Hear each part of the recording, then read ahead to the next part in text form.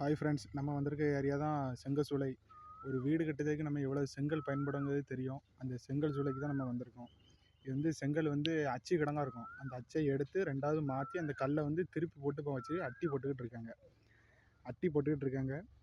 பாருங்க,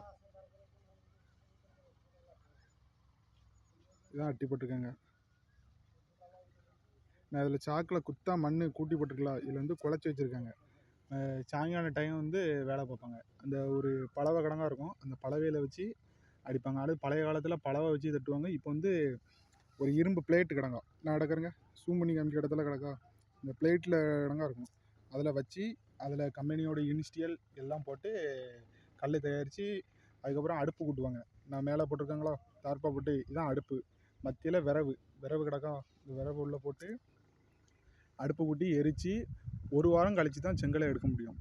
அப்போது ஒரு செங்கல் தயாரிக்க மினிமம் 20லேருந்து 25 நாள் ஆகும். ஒரு செங்கல் தயாரிக்க எவ்வளோ பெரிய கஷ்டம்னு பார்த்துக்கிடுங்க. Thank you friends.